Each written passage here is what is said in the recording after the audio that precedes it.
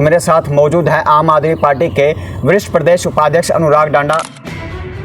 एक तरफ तो आप पेटी भी दिखा रही हैं अभी जिसमें सील बंद है, दूसरी तरफ जो ताला है वो कह रहे हैं अभी सील नहीं लगाई जा रही। कुछ जगह पे सील नहीं लगाई गई। भ्रम फैलाया जा रहा है, कोई लगता है आपको इस तरह? भ्रम नहीं फैलाया जा रहा है, सुनियोजित साजिश है।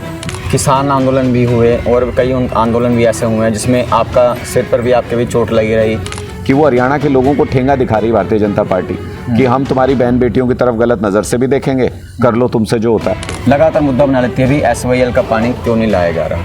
अबे चौटाला जी तो छाती ठोक ठोक के कहते हैं ना हमने बनाया हरियाणा, तो जब हरियाणा बनाया तो पानी क्यों नहीं लाया हरियाणा के हिस्से का? इसका जवाब अबे चौटाला देंगे कि कोई और देगा, या ऐसी पार्टी देगी जिसका एक विधायक नहीं रहा आज तक।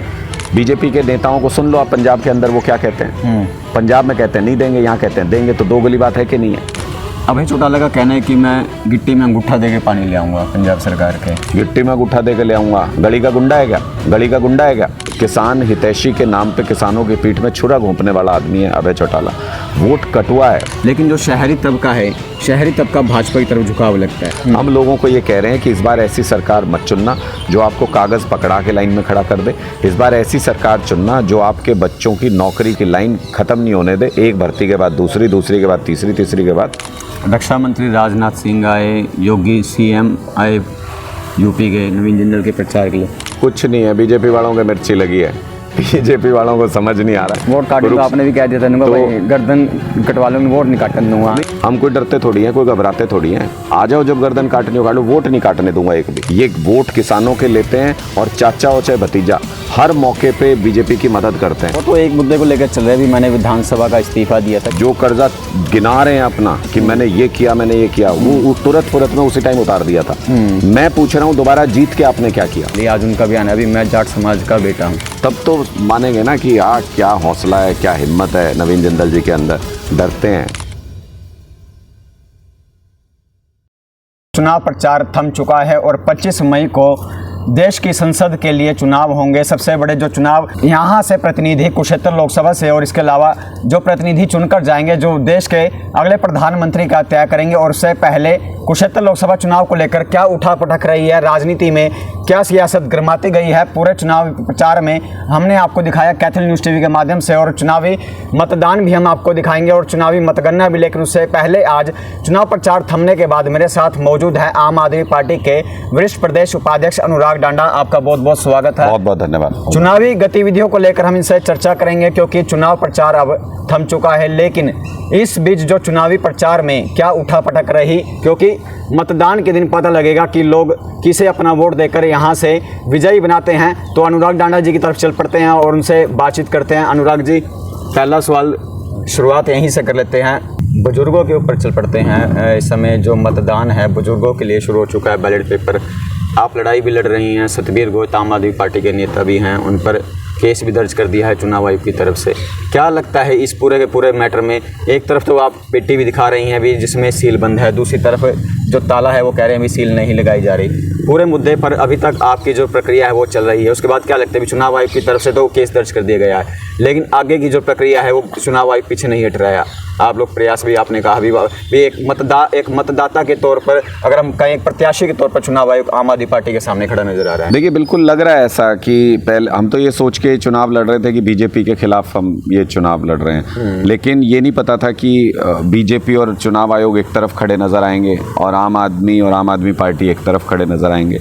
इंडिया गठबंधन के एक तरफ होगा बिल्कुल। तो मुझे ये समझ में नहीं आ रहा है कि चुनाव आयोग ऐसा क्यों कर रहा है और कैथल में ही क्यों ऐसा हो रहा है बार बार। ये कोइंसिडेंस तो नहीं हो सकता कि पहले हमने आवेदन किया, बदले में गालियां लिख के भेज दी, तो कैथल में हुआ।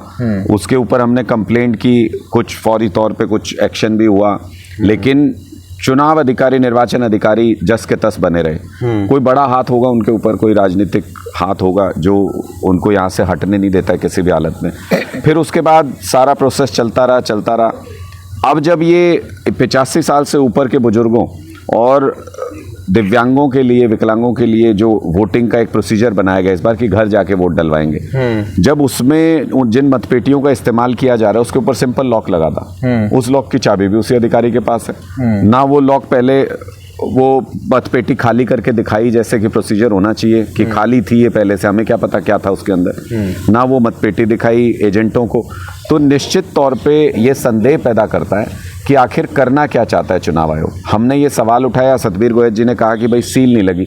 अब सतबीर गोयल जी कोई ऐसे इंसान तो है नहीं जिनको चुनाव प्रक्रिया के बारे में पता नहीं। 25 साल उन्होंने भी ड्यूटी दी है चुनाव की, उनको सारी चीज़ें पता है कि कैसे होता है कैसे नहीं होता है। सील उसके ऊपर नहीं लगी थी, उन्होंने क्वेश्चन उठाया। चुनाव आयोग ने उसको दुरुस्त करने की बजाय, उस वोटिंग को कैंसिल करके दोबारा कराने की बजाय चुनाव आयोग ने सतबीर गोयल जी के ऊपर FIR कर दी। इसका मतलब क्या है? इसका मतलब चुनाव आयोग के अधिकारी कैथल में भय का माहौल पैदा करना चाहते हैं। चुनाव आयोग के अधिकारी ये बताना चाहते हैं कि अगर चुनाव में कुछ धांधली होते देखो तो चुप रहना, नहीं तो तुम्हारे ऊपर FIR कर देंगे। ऐसा डर का माहौल पैदा करना मतलब कोई ना कोई तो साजिश थी, कोई ना कोई तो हेरा फेरी करने की कोशिश थी, कोई ना कोई तो वोट के साथ छेड़छाड़ करने की कोशिश थी। और ये कोई पहला एग्जाम्पल तो है नहीं, चंडीगढ़ में भी ऐसे ही हुआ था, सबने देखा। लेकिन धांधली इसलिए कि बाद में ये बयान दिया गया चुनाव आयोग की तरफ से कि कोई गाइडलाइन नहीं है, कोई निर्देश नहीं है सील लगाने के। मैंने उसके बाद 10 बूथ के कम से कम उनको फोटो दिखा दिए, सार्वजनिक कर दिए, जहां पे सील लगी हुई थी। इसका मतलब सुनियोजित तरीके से कुछ जगह पे सील लगाई गई थी, कुछ जगह पे सील नहीं लगाई गई भ्रम थी। फैलाया जा रहा है, कोई लगता है आपको इस तरह? भ्रम नहीं फैलाया जा रहा है, सुनियोजित साजिश है वोट के साथ छेड़छाड़ करने की। आप देखिए कुछ जगहों पे मान लो 10 बूथ में सील लगाई गई है, 10 बूथ में नहीं लगाई गई है। तो जहां नहीं लगाई गई है वहां पे साजिश की जा रही थी। इसका मतलब वहां वोटों की हेराफेरी करनी है, उसकी कोई योजना है। अगर किसी एक पे कार्रवाई कर दो, या तो जिसने सील लगाई उसने निर्देश का पालन नहीं किया, उस पे कार्रवाई करो, या जिसने नई सील लगाई उसके ऊपर निर्देश का। ऐसा थोड़ी होता है चित भी इनकी पट भी इनकी, और जो इस बात की कंप्लेंट करे उसी के ऊपर FIR दर्ज कर दो। तो इसका मतलब चुनाव आयोग के अंदर बैठे अधिकारी सरकार के दबाव में, इन्फ्लुएंस में, खास तौर पे कैथल के अंदर गड़बड़ करने की कोशिश की गई। उसको हमने सार्वजनिक किया, नाकाम किया इनकी कोशिश को। लेकिन जो FIR दर्ज की है उससे स्पष्ट नजर आता है आम आदमी पार्टी के प्रति इन अधिकारियों के अंदर दुर्भावना है, और एक न्यूट्रल इनसे उम्मीद नहीं की जा सकती कि ये अपना रोल प्ले करेंगे। इसलिए हमने तो कहा है सब मतदाताओं को भी, सब एजेंट्स को भी बहुत सजग रहें। कहीं पे कुछ भी गलत हो रहा है तो उसकी तुरंत कंप्लेंट करें, उसकी जो सर्कल के अधिकारी हैं उनको कंप्लेंट करें। अगर वो नहीं सुनते हैं पार्टी को इन्फॉर्म करें, हम ऊपर के लेवल पे बात करेंगे। बहुत सजग रहने की ज़रूरत है, क्योंकि ये साजिश लगातार पहले दिन से, जब से आम आदमी पार्टी यहाँ चुनाव लड़ रही है, तब से दुर्भावना लगातार हमारे खिलाफ चल रही है। तो जिला चुनाव अधिकारी से आपकी इस मैटर पर कोई दोबारा बात हुई? अभी हम प्रूफ ले रहे हैं, अभी सील बंद है पेटी की, कुछ ऐसे कोई बात हुई फ़ोन पे हुई हो, या कोई आपने कुछ तथ्य दिखाए उसके बाद उनका कोई ऐसा कोई रिप्लाई क्या रहा? नहीं, हमने तो हरियाणा CEO के पास कंप्लेंट कर दी, रिटर्न कंप्लेंट की थी बाकायदा। जिस दिन ये कमी दिखाई दी उस दिन वीडियो भी हमने खुद ही भेजा था सतबीर गोयल जी का कि ये हुआ है वहां पे, और इसकी रिटर्न कंप्लेंट कर दी। उसके बाद 2 दिन बाद यही पता चला कि सतबीर गोयल जी पे FIR कर दी है। तो किसके पास जाएं, किसको बताएं फिर उसके बाद? इसका मतलब पूरी दाल ही काली है। इसका मतलब ऊपर से नीचे तक सिस्टम दबाव में है, पूरा साजिश चल रही है। अब तो ये लोगों के हाथ में है। जितने वोट भारतीय जनता पार्टी ऐसे इन सब हथकंडों से चोरी करना चाहती है, उतने वोट जनता ज़्यादा देगी हमारे उम्मीदवार को। ये तो अब बैलेंस करना जनता के हाथ में है। जितना ये तानाशाही ज़्यादा करेंगे उतना ज़्यादा वोट देगी जनता, जितने ये वोट की हेराफेरी करेंगे उतना ज़्यादा वोट देगी जनता। तो पीछे की तरफ मैं आपको ले चलता हूँ। 2024 से पीछे के सालों में किसान आंदोलन भी हुए, और कई आंदोलन भी ऐसे हुए हैं जिसमें आपका सिर पर भी आपके भी चोट लगी रही। क्या लगता है उन परिस्थितियों को, अब जैसे 25 मई को मतदान होना है, पूरे देश की जनता जो हरियाणा में अपने चुनाव होने हैं, क्या लगता है लोगों को, क्या लोग उन परिस्थितियों को देखकर वोट डालेंगे, लगता है आपको? देखिए, मुझे लगता है कि इस बार हरियाणा का एक एक मतदाता, कम से कम 3 मुद्दे उसके दिमाग में ज़रूर होंगे जब वो मतदान केंद्र पे जाएगा, वोट डालने के लिए जाएगा जी। पहला अन्नदाता का, कि अन्नदाता का जो अपमान इस सरकार ने किया, बोरियों में भर भर के पीटा, दिल्ली नहीं जाने दिया, और जिस तरीके से गोलियां चलाई, लाठियां चलाई, आंसू गैस के गोले चलाए, उसको भूल नहीं सकते हरियाणा के लोग। अन्नदाता सबके लिए अनाज पैदा करता है, सबके लिए पूजनीय है, और ऐसे अन्नदाता को इन्होंने कहा दिल्ली नहीं जा सकते। तो अब हरियाणा के लोग कह रहे हैं अगर हम दिल्ली नहीं जा सकते तो फिर बीजेपी का सांसद भी दिल्ली नहीं जा सकता। इस बार ये उनके उम्मीदवार को जीत के दिल्ली नहीं जाने देंगे। दूसरा मुद्दा, हरियाणा के युवाओं को इन्होंने बर्बाद कर दिया। अग्निवीर योजना लाके इन्होंने बर्बाद कर दिया, बेरोजगारी बढ़ा के इन्होंने बर्बाद कर दिया। उसका बदला ज़रूर लेंगे इस बार हरियाणा के युवा। भारतीय जनता पार्टी को ये बताएंगे कि अगर हमारे बच्चों को भरी जवानी में रिटायर करना चाहती है भारतीय जनता पार्टी अग्निवीर योजना लाके, तो हरियाणा के लोग भी इनको राजनीति से रिटायर कर देंगे हमेशा हमेशा के लिए। और तीसरा मुद्दा हरियाणा की बहन बेटियों का, जो हरियाणा की पहलवान जिन्होंने पूरी दुनिया में नाम रोशन किया हरियाणा का, देश का, उनको जिस तरीके से जंतर मंतर पे सड़कों पे घसीटा गया, पुलिस के जूतों के नीचे रौंदा गया, और जिसने उनकी इज्जत के ऊपर हाथ डाला, उस बीजेपी नेता के बेटे को टिकट दे दिया इस लोकसभा चुनाव में भारतीय जनता पार्टी ने। तो इससे स्पष्ट है कि वो हरियाणा के लोगों को ठेंगा दिखा रही भारतीय जनता पार्टी कि हम तुम्हारी बहन बेटियों की तरफ गलत नज़र से भी देखेंगे, कर लो तुमसे जो होता है। तो इस बार लोग ऐसे लोगों को राजनीति से बाहर कर देंगे जो हमारी बहन बेटियों की तरफ गलत नज़र से देखते हैं, ताकि दोबारा उनकी हिम्मत नहीं हो कभी हरियाणा की किसी बहन बेटी की तरफ गलत नज़र से देखने की। आम आदमी पार्टी इस सीट पर चुनाव लड़ रही है कुरुक्षेत्र में। पहली बार ऐसा हुआ जब वो गठबंधन में चुनाव लड़ रही है। अब चुनाव लड़ रही है, अब पंजाब में भी आम आदमी पार्टी की सरकार है, दिल्ली में भी है। बात चल पड़ती है SYL की। जब भी आपको पता है विपक्ष और भी है, नेल्लो है या और भी है, लगातार मुद्दा बना लेती है भी SYL का पानी क्यों नहीं लाया जा रहा। ये मुद्दा सिर्फ इनेलो के नेताओं के ड्राइंग रूम तक सीमित है और ये बहुत स्पष्ट तौर पे उनको जवाब देना चाहिए। अभय चौटाला जी तो छाती ठोक ठोक के कहते हैं ना, हमने बनाया हरियाणा। तो जब मकान बनाते हैं तो पानी की पाइप उसी टाइम दबाते हैं उसमें या 10-15 साल बाद लेके आते हैं? तो जब हरियाणा बनाया तो पानी क्यों नहीं लाया हरियाणा के हिस्से का? इसका जवाब अभय चौटाला देंगे कि कोई और देगा, या ऐसी पार्टी देगी जिसका एक विधायक नहीं रहा आज तक? अगर कोई ऐसी पार्टी जिसका एक विधायक, एक सांसद आज तक हरियाणा में नहीं था, उससे अगर ये सवाल पूछते हैं तो फिर अभय चौटाला को बताना चाहिए ना कि उन्होंने तो हरियाणा बनाने का दावा करते हैं वो तो। दूसरा, जो बीजेपी के नेताओं को सुन लो आप, पंजाब के अंदर वो क्या कहते हैं? पंजाब में कहते हैं नहीं देंगे, यहाँ कहते हैं देंगे। तो दो गली बात है कि नहीं है? तो जो बीजेपी के प्रधानमंत्री पिछले चुनाव में ये कह के गए थे यहाँ पे कि 70 साल से पानी बह के पाकिस्तान जा रहा है, मैं वो पानी लाऊंगा, हरियाणा के किसान को दूंगा। तो मोदी जी 5 साल बीत गए, क्या किया आपने इस मुद्दे के ऊपर बताइए? तो ये सारे लोग इस मुद्दे का समाधान अपने समय पे नहीं कर पाए, इसलिए लोगों को ये विश्वास है कि ये नहीं कर सकते किसी भी हालत में।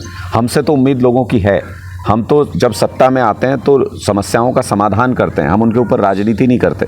इसलिए मैं बहुत स्पष्ट रूप से कहना चाहता हूँ, लोग इस बात को समझ चुके हैं। लोग ये भी समझ चुके हैं कि किसान हितैषी के नाम पे किसानों की पीठ में छुरा घोंपने वाला आदमी है अभय चौटाला। वोट कटुआ है, वोट काटने के लिए इस बार चुनाव के मैदान में इनकी राजनीति का अंतिम अध्याय है ये कुरुक्षेत्र का चुनाव। 20,000 वोट के नीचे जमानत जब्त करा के इनकी यहाँ से भेजेंगे, इनके अंतिम अध्याय को अच्छे से क्लोज करेंगे कुरुक्षेत्र के लोग। अभय चौटाला के ऊपर बात चल रही है, अभय चौटाला के ऊपर लगातार चर्चा कर रहे हैं इस समय हम। अभय चौटाला का कहना है कि मैं गिट्टी में अंगूठा दे के पानी ले आऊँगा पंजाब सरकार के। मुझे लग रहा है कि अभय चौटाला जी को आप ज़्यादा समय दे रहे हैं, ना वो इस चुनाव में महत्वपूर्ण है, ना इस चुनाव में उनको कोई वोट दे रहा। आप क्यों इतना समय उनके ऊपर बर्बाद कर रहे हो? सीधा मुकाबला इंडिया गठबंधन और भारतीय जनता पार्टी के बीच में। गुंडागर्दी करना उनका पुराना एक तरीके से उनका कर्म है, वो गुंडागर्दी करते आए, गिट्टी में अंगूठा देकर तो वही कर सकते। अरे सरकार जब तुम्हारे हाथ में थी, सरकार चला के ले आते जो भी लाना था। गिट्टी में अंगूठा दे के ले आऊँगा, गली का गुंडा है क्या? गिट्टी में अंगूठा दे के ले आऊँगा। तो ये मुझे लगता है कि ये ना उनकी भाषा अब हरियाणा के लोगों को पसंद है, ना उनका चाल चरित्र चेहरा हरियाणा के लोगों को पसंद है, ना उनकी राजनीति पसंद है। चाचा भतीजा दोनों की राजनीति क्लोज, चैप्टर क्लोज हो चुका है हरियाणा की राजनीति में। ये अंतिम अध्याय लिखा जा रहा है कुरुक्षेत्र के अंदर। इतनी बुरी तरह यहाँ से हार के जाएंगे कि उसके बाद एलनाबाद के अंदर भी बुरी तरह हारेंगे अगले चुनाव में। बात चल पड़ती है किसान आंदोलन की। किसान आंदोलन का असर काफ़ी गांवों में देखने को मिल रहा है। भाजपा के प्रति लोगों की नाराज़गी दिख रही है। हम गए सर्वे करने, लोगों के दिखा भी भाजपा के प्रति गुस्सा है। इंडिया गठबंधन के प्रत्याशी हैं सुशील गुप्ता, उनको समर्थन मिला। लेकिन अगर हम बात करें मतदान की, जब मतदान होता है गाँवों में, मान के चलो भी हम भाजपा के खिलाफ मतदान हुआ, लेकिन जो शहरी तबका है, शहरी तबका भाजपा की तरफ झुकाव लगता है। क्या लगता है भी इस बीच भी आपको लगता है भी आप सुशील गुप्ता और अपने जो नवीन जिंदल है, लगता है भी सुशील गुप्ता नवीन जिंदल पर भारी पड़ पाएंगे? क्योंकि जो शहरी मेन जो लोग हैं, शहर भारी पड़ जाता है हमेशा। देखिए, एक अक्रॉस शहर हो, कस्बा हो, गांव हो, अक्रॉस कॉन्स्टिट्यूएंसी कुरुक्षेत्र के अंदर स्वीप होने जा रहा है। स्वीप झाड़ू चल रही है। अच्छा, चाहे वो शहर में भी हराएंगे, गांव में भी हराएंगे। लोगों का इस बार मन बन चुका है। शहर वालों के साथ क्या किया इन्होंने? शहर वालों को प्रॉपर्टी आईडी के नाम पे लाइन में खड़ा कर दिया, किसी को फैमिली आईडी के नाम पे लाइन में खड़ा कर दिया, किसी की पेंशन काट दी, किसी को किसी तरीके दफ्तरों में कागज़ लेके लाइनों में लगा दिया।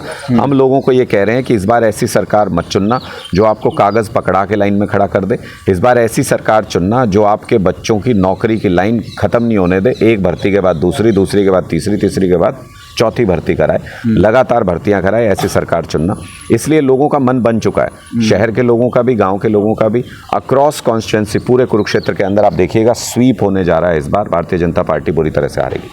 रक्षा मंत्री राजनाथ सिंह आए, योगी सीएम आए यूपी के नवीन जिंदल के प्रचार के लिए। एक तरफ अभी भी सत्ता पक्ष पूरी तरह से लड़ाई लड़ रहा है, तो दूसरी तरफ सुशील गुप्ता चुनाव में हैं, जिनके लिए कांग्रेस की तरफ से रणदीप सुरजेवाला, मल्लिकार्जुन खड़गे ने भी कहा। भी लग रहा है भी कहीं ना कहीं ये बात फैलाई गई कि भी अगर यहाँ से आम आदमी पार्टी जीतती है, सुशील गुप्ता जीतते हैं, तो कहीं ना कहीं भी कांग्रेस को नुकसान, भी अंदर खाते कांग्रेस को बाद में नुकसान है, क्योंकि इस तरह की चर्चाएं काफ़ी फैलाई जा रही हैं बाजार में। कुछ नहीं है, बीजेपी वालों के मिर्ची लगी है। बीजेपी वालों को समझ नहीं आ रहा है कि ये गठबंधन इतना अच्छे तरीके से चल कैसे रहा है। ये कार्यकर्ता ज़मीन के ऊपर दोनों कांग्रेस और आम आदमी पार्टी के कार्यकर्ता मिलके भारतीय जनता पार्टी को जमानतें जब्त कैसे करा रहे हैं गांव के अंदर। तो इसलिए बीजेपी वालों को मिर्ची लगी है, वही अफवाह फैलाते घूम रहे हैं, और अफवाह फैलाने में ये मास्टर हैं। ये आपको पता है, किसी भी बारे में अफवाह फैला सकते हैं। बीच में अफवाह फैला रहे थे यही बीजेपी के लोग कि इनेलो वोट काट रही है, फिर बाद में लोगों को समझ में आ रहा कुछ नहीं वोट काट रही, कोई वोट ही नहीं है पल्ले उनके। बाहर से लोग ला के रोड शो करते हैं, वोट काट तो आपने भी कह दिया था तो, भाई गर्दन कटवा लूंगा, वोट नहीं काटने दूंगा। मैं जनसभा में मैं काफी सुना आपको। वो तो अभय चौटाला जी कह रहे थे, जब मैंने ये सारी बातें बताई तो अभय चौटाला जी ने ही ये कहा पहले। वो बोले कि मैं इनकी गर्दन काटने आया हूँ। तो भाई काट लो गर्दन, तो ये रही। हम कोई डरते थोड़ी हैं, कोई घबराते थोड़ी हैं। आ जाओ, जब गर्दन काटनी हो काट लो, वोट नहीं काटने दूंगा एक भी। अच्छा। इस बार मैंने भी ये निश्चय कर रखा है कि पूरी कॉन्स्टिट्यूंसी में घूम घूम के हम यही जागरूक कर रहे हैं लोगों को कि ये गद्दार है किसानों के, किसान कौम की पीठ में छुरा घोंपने वाले लोग हैं। ये वोट किसानों के लेते हैं और चाचा हो चाहे भतीजा हर मौके पे बीजेपी की मदद करते हैं। मैं 10 उदाहरण अभी के अभी गिनवा सकता हूँ। 750 किसानों की शहादत के बाद भी राष्ट्रपति के चुनाव में बीजेपी को सपोर्ट किया कि नहीं किया इसने? उसके बाद राज्यसभा के चुनाव में बीजेपी को सपोर्ट किया कि नहीं किया अभय चौटाला ने? उसके बाद जब विधानसभा में विश्वास मत आया तो बीजेपी की सरकार बचाने के लिए बाहर चला गया ना, विरोध में वोट नहीं दिया ना, तो इसका मतलब बीजेपी की मदद करता है कि नहीं? यमुनानगर में चेयरमैन बनना था, बीजेपी की मदद करी। राजस्थान में चुनाव हो रहे थे, बीजेपी उसके नेताओं के लिए प्रचार करने गए। तो और इससे ज्यादा क्या सबूत चाहिए? वो तो एक मुद्दे को लेकर चल रहे हैं। भी मैंने विधानसभा का इस्तीफा दिया था किसान आंदोलन में, आज भी उनका एक बयान आया, रोड शो के बाद भी किसानों की आवाज़ संसद में गूंजेगी। तो जब उन्होंने इस्तीफा दिया तो उसके बाद क्या हुआ? चुनाव नहीं लड़े क्या? लड़े हैं, तो फिर लोगों ने क्या किया? जिता दिया, वहां से जिता दिया ना। तो जितना उन्होंने जो कर्जा गिना रहे हैं अपना कि मैंने ये किया, वो तुरंत फुरत में उसी टाइम उतार दिया था। मैं पूछ रहा हूँ दोबारा जीत के आपने क्या किया? उसी किसान कौम की पीठ में छुरा घोंपा कि नहीं घोंपा? दोबारा आपको किसानों ने इतना सम्मान दिया, जिता के भेजा, दोनों चाचा भतीजा इन्होंने किसान कौम का अपमान किया, किसानों ने इनको वोट दिया, इन्होंने गद्दारी की किसानों से, बीजेपी की गोद में जाके बैठ गए। जब दोबारा चुन के भेजा तब तो कम से कम ये कहते विधानसभा के अंदर खड़े होकर कि बस अब भारतीय जनता पार्टी के साथ बिल्कुल खड़ा नहीं होऊंगा किसी भी हालत में। इन्होंने क्या किया? हर बार बीजेपी के साथ खड़े हुए, हर बार बीजेपी की सरकार बचाने का काम इन्होंने किया। तो ये तो सरासर गद्दारी है किसान कौम के साथ। एक नवीन जिंदल जो चुनाव में प्रचार कर रहे थे लगातार, अब तो प्रचार थम चुका है। आज कौशल रोजगार केंद्र खोल लूँगा, आज तो उनका नया बयान आया भी मैं जाट समाज का बेटा हूँ। मुझे जहाँ तक लगता है भी जाट समाज की काफ़ी जो नाराजगी गमों में देखने को मिली, आज उनका बयान है भी मैं जाट समाज का बेटा हूँ। कहाँ देखते हैं आप?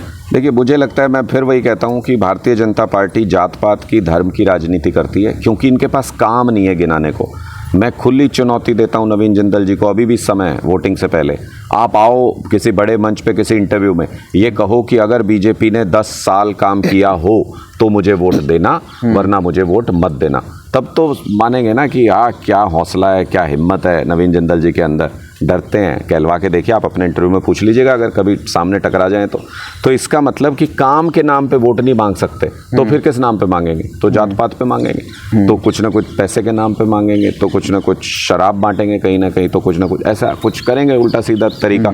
तो इसका मतलब काम के नाम पे वोट अरविंद केजरीवाल मांगते हैं, आम आदमी पार्टी मांगती है। हम तो कह रहे हैं हम काम करके दिखाएंगे, आप हमको एक मौका दो। हम लोगों के पास हाथ जोड़ जोड़ के जा रहे हैं, नवीन जिंदल जी की तरह नहीं कि हेलीकॉप्टर से आए हेलीकॉप्टर से चले गए। तो अंतिम एक सवाल हो रहा, अब तक तो हाथ का साथ मिलता नजर आया सुशील गुप्ता को, प्रचार के लिए सभी नेता उतरे कांग्रेस के। लगता है कि मतदान के दिन अब जो मतदान होना है भी हाथ का पूरी तरह साथ मिलेगा, अभी भी आगे भी बम्पर वोटिंग होने जा रही है। यहाँ कुरुक्षेत्र में कांग्रेस पार्टी के कार्यकर्ताओं का पूरा साथ और समर्थन मिल रहा है और बाकी की 9 लोकसभा के अंदर आम आदमी के कार्यकर्ता दुगनी मेहनत करके वहाँ पे सभी इंडिया गठबंधन के उम्मीदवारों को जिताने का प्रयास कर रहे हैं। तो ये एक ऐसा गठबंधन है, ये स्वार्थ का गठबंधन नहीं है, ये ऐसा गठबंधन है जो जिसमें ना राहुल गांधी महत्वपूर्ण है, ना अरविंद केजरीवाल महत्वपूर्ण है, ना कांग्रेस महत्वपूर्ण, ना आम आदमी पार्टी महत्वपूर्ण, देश महत्वपूर्ण है। देश के लिए सब एकजुट हुए हैं, इसलिए ये देश और लोकतंत्र और संविधान बचाने की लड़ाई है। बाबा साहब ने जो सपना देश के लिए देखा था उसको बर्बाद नहीं होने देंगे। भारतीय जनता पार्टी की साजिशों को नाकाम करेंगे और उस संविधान को और लोकतंत्र को बचाएंगे। इस लड़ाई में सारे एकजुट हैं। तो फिलहाल एक अंतिम अगर आप कुछ कहना चाहते हो सुशील? मैं तो सिर्फ इतना कहना चाहता हूं कुरुक्षेत्र के मतदाताओं से कि आपके हाथ में ऐसा मौका है कि आप जात पात की राजनीति से ऊपर उठ करके, आप गुंडागर्दी की राजनीति से, तानाशाही की राजनीति से ऊपर उठ के आपके पास एक मौका है कि आप काम की राजनीति को मौका दे सकते हैं। आप एक ऐसे व्यक्ति को चुन के संसद भेजने जा रहे हैं जिसने जब किसान आंदोलन चल रहा था तो भगवंत मान जी थे, सुशील गुप्ता जी थे और संजय सिंह थे। इन 3 लोगों ने प्रधानमंत्री के सामने खड़े होकर नारे लगाए थे। पूरे उस समय के दौरान कोई भी नेता उसके करीब नहीं पहुंच पाया था प्रधानमंत्री के। इन्होंने मुंह के सामने खड़े होकर नारे लगाए थे कि किसानों के साथ ये अत्याचार बर्दाश्त नहीं करेंगे। ऐसे व्यक्ति को आप संसद भेजने जा रहे हैं। आप सबको बहुत बहुत एडवांस में शुभकामनाएं हैं। जुट के वोटिंग कीजिएगा, बम्पर वोटिंग कीजिएगा और भारतीय जनता पार्टी को उसकी तानाशाही का माकूल जवाब दीजिएगा। तो 25 मई को मतदान होना है। हमारी भी आपसे यही अपील है, ज़्यादा से ज़्यादा मतदान करने जाएं, क्योंकि आपको बता दें इस समय जो पूर्व सांसद नवीन भी चुनाव लड़ रहे हैं और यहाँ से सुशील गुप्ता भी चुनाव लड़ रहे हैं और अभय चौटाला। अब देखना होगा कि किसका गेम बिगड़ता है और यहाँ से कुरुक्षेत्र लोकसभा की जनता किसे अपना सांसद चुनकर भेजती है। तो फिलहाल ऐसी खबरों को देखने के लिए आप हमारे पेज को लाइक करें। मैं हूँ मोहित गुलाटी।